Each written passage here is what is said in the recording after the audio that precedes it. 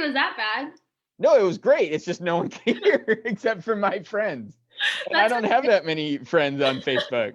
So that wasn't so exciting. So, all right, we're going to watch, and the club's going to do this again. For those that are watching this new feed, because you're my friend on Facebook, great. But the club is going to get it to you in just a second as well, so that you don't have to be my personal Facebook friend in order to see what's going on. So yeah, that'll be helpful. But we did have a good conversation. It's just no one really could partake in it, Alexia. Okay. So it was a good try. It just no one else could do it. So, but the club should go live in a second. So we'll get going, and people can join us as the club page goes live. So we get to talk to you today. I'm Brian Ace, Executive Director with Boys and Girls Club. We have with us Alexia Estrada, one of our club members, club alumni. And we just get to have a conversation today about the reality of Boys and Girls Club in the midst of the COVID-19 crisis, and just get some perspective and hear from Alexia as well. So I think let's start. Why don't you do just an introduction of yourself? How do you know, what's your connection to the club? What's your connection to me? Why are we having this chat today? Yeah. Okay. Well, I grew up a club kid, so I've been a member since I was 5 years old, and then grew up going to clubs, and as soon as I was old enough, started working for clubs. And I'm currently living in Seattle. I graduated from Seattle Pacific University with a major in global development. And time out. Global development. Translate that for people. Not everybody knows what global development is. It's kind of a mix of like social work, economics, government. It's a mix of all those, and you can do a lot of different things with it. So that's kind of why it's hard to explain, but mostly trying to make the world a better place is where it goes. But I found SPU through clubs because we went on a field trip to visit different universities, and that's actually where Brian went to school. So he was really hyping it up. Go Falcons. You don't get to say that a lot, but go Falcons. Yeah, and when I came up to SPU, I started working for clubs at the North Seattle Boys and Girls Club. Awesome. So you are currently living and working in Seattle. Yes. And that's awesome. But it's also a weird time to be in Seattle. So you know what Tri-Cities is like. Things are different here. Obviously, we've had some impacts from COVID, from a social distancing, business closure, anxiety perspective. But give us a snapshot of Seattle. Where do you live? Where do you work? And what does that process look like in between? Yeah, so I live in Magnolia, and I work in Pioneer Square at a men's shelter. So my official role is a lead counselor. I do a lot of case management with different men who are experiencing homelessness. And Seattle right now is just kind of, it's the time when everyone's out and about because the weather's finally getting nice. Today was a really sunny day, but nobody's really out and about. Yeah. And so that's got to feel totally different for you, just not having people.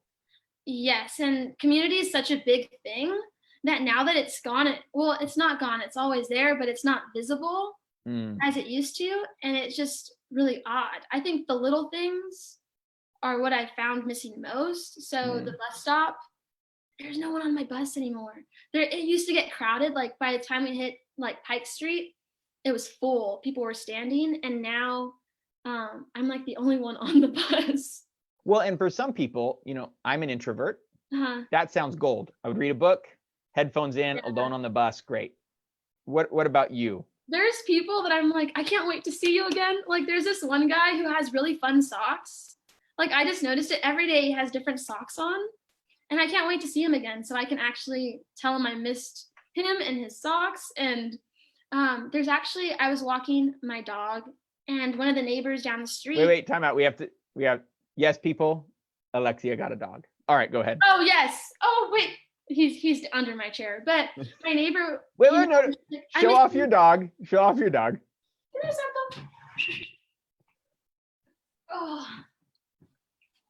Oh, look at that, everybody.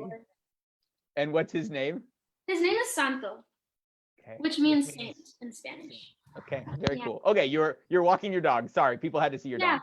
But my neighbor, who I never had talked to her at the bus stop, but she's not working anymore. She goes, I really miss seeing you at the bus stop. And so there's just little things that are kind of weird now. Yeah, no, totally.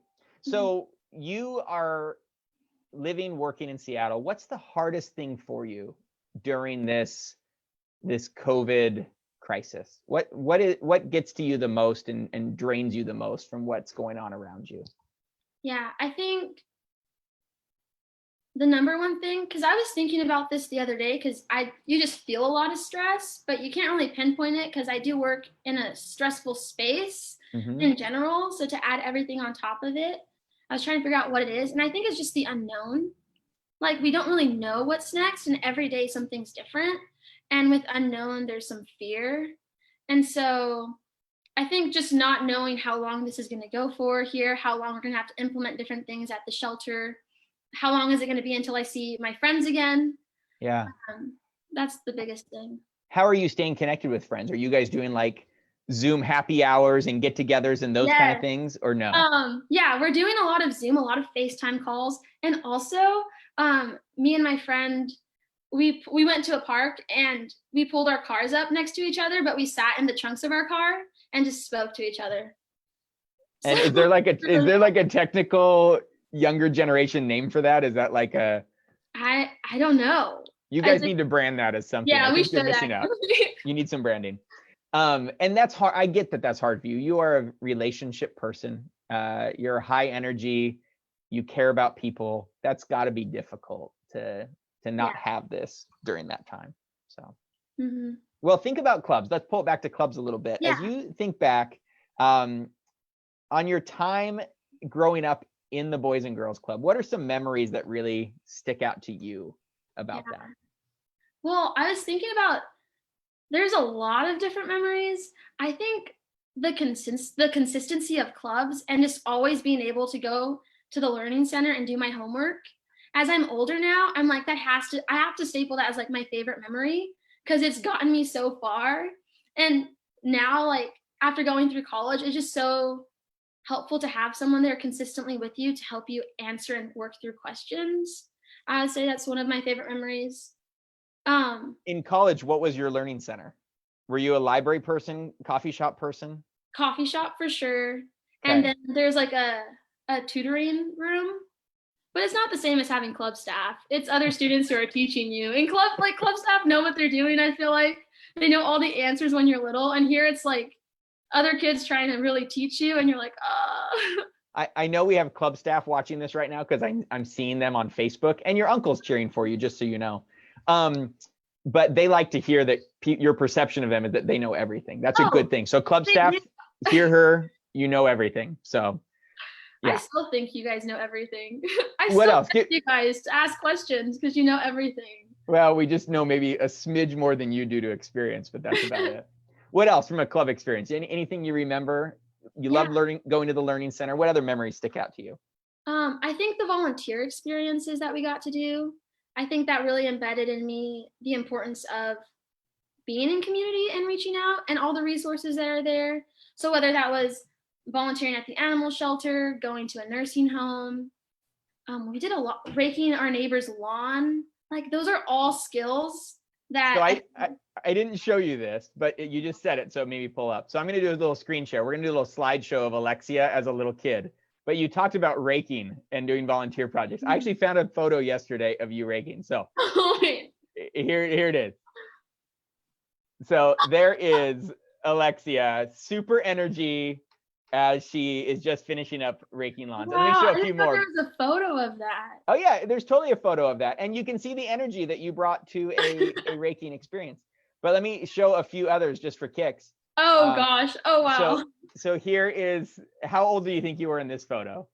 Maybe 5 or 6, 7. Okay. I don't know. Yeah, but still have that same smile. Show your smile off for everybody on Facebook so they can compare it. There you go.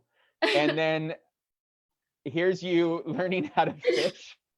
I'm pretty sure that's the last time I went fishing. Yeah, well, you looked great. I like your little floral print. Are those, what kind of pants are those? They're capris. I think capris are really in, so they don't go all the way down. That was like the early version of capris. And then I found a photo yesterday of you in a club mentor activity with a couple board members. I'm going to get in trouble for showing this, so I'm going to show it real brief.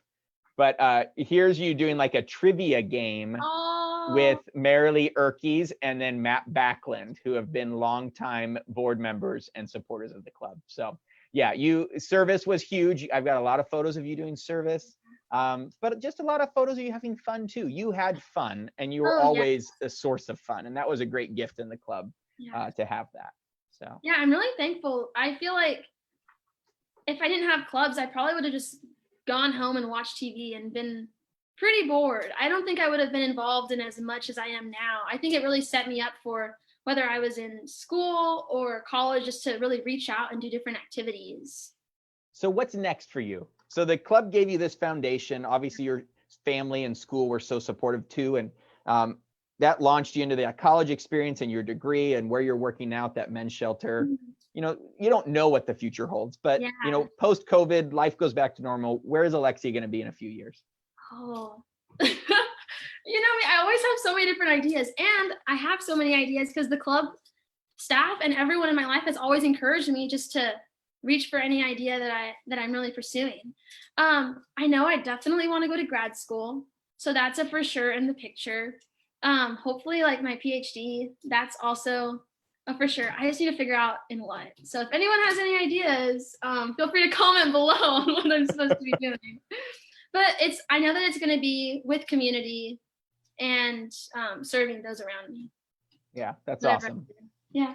Well, just know how much of an encouragement you are to everybody. We just love tracking you and seeing your success, and you make your family proud, you make your community proud, and you make your club family proud too. So we're proud of you. So let's go back to clubs real quick before we end this. You know, clubs are in an interesting place right now. So we're really doing three things during the COVID crisis. We're doing emergency childcare, so childcare for those children of essential workers, and that's an important part of what we're doing. We are doing a lot of family support, and we've got some great teams of people headed up by Andrea who are really reaching out to families. And Andrea. There you go. Reaching out to families and just providing what they need: food, household items, homework and academic support, just a check-in and a friendly face. And then the third thing is virtual clubs. So we're doing those three things right now: emergency childcare, family support, and virtual clubs. So as you think about where we are as a community in this COVID crisis, what would you say to your community about the need to support clubs right now? Why are clubs needed now more than ever? Yeah. Well, I think consistently clubs continue to show up. And that's something that all of the kids that are in the clubs right now are going to carry with them. Like, someone always showed up for me, whether they're at home right now and they can see their favorite club staff online. Because I saw some of my favorite club staff. I looked through the virtual activities. I was like, oh my gosh, this is so awesome. We need to support the clubs because they always show up. You guys always show up. And that's what keeps me going to work, is that I know that the people that I love and the role models that I look up to are showing up. And so I can continue to go to work and show up for people because I know that it makes a difference. Oh, that's awesome. Yeah. I think that's an encouragement to our staff as they hear this right now. It really does. I think about you guys all the time. I love you guys a lot. Well, there's, you know, as a community member, obviously, you don't get to show up at the same level as our staff do, but you get to show up in other ways. And, you know, financially, right now, we're doing a campaign that's being matched by Broadmoor Storage, which we're really excited about, a $15,000 match from Broadmoor Storage. And that's one way. There's food donations are much needed by the club. Toys and games and household items for kids is much needed right now. Cleaning products, household products, all needed. There's a lot of ways the community can show up right now too. So at Boys and Girls Club, we are absolutely 100% stepping up to support our community. And the question we have for the community and for you, Alexia, will you join us? Yes, step up with us, please. So this is a big time.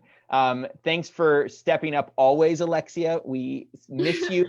I wish we could find a way to get you back to Tri-Cities. We would love to have you in town. But you are always a club kid, and we appreciate that. Yes, I always consider myself a club kid. All right. Well, any last parting words to family, community, or Facebook world? I love you guys. Continue to show up. I am watching you and cheering you on from afar, and you do good work. And it's changed my life, and I know you're continuing to change those lives of all the kids around you. So stay encouraged. I really love you guys, and I'm sending you guys all of my hugs. And awesome.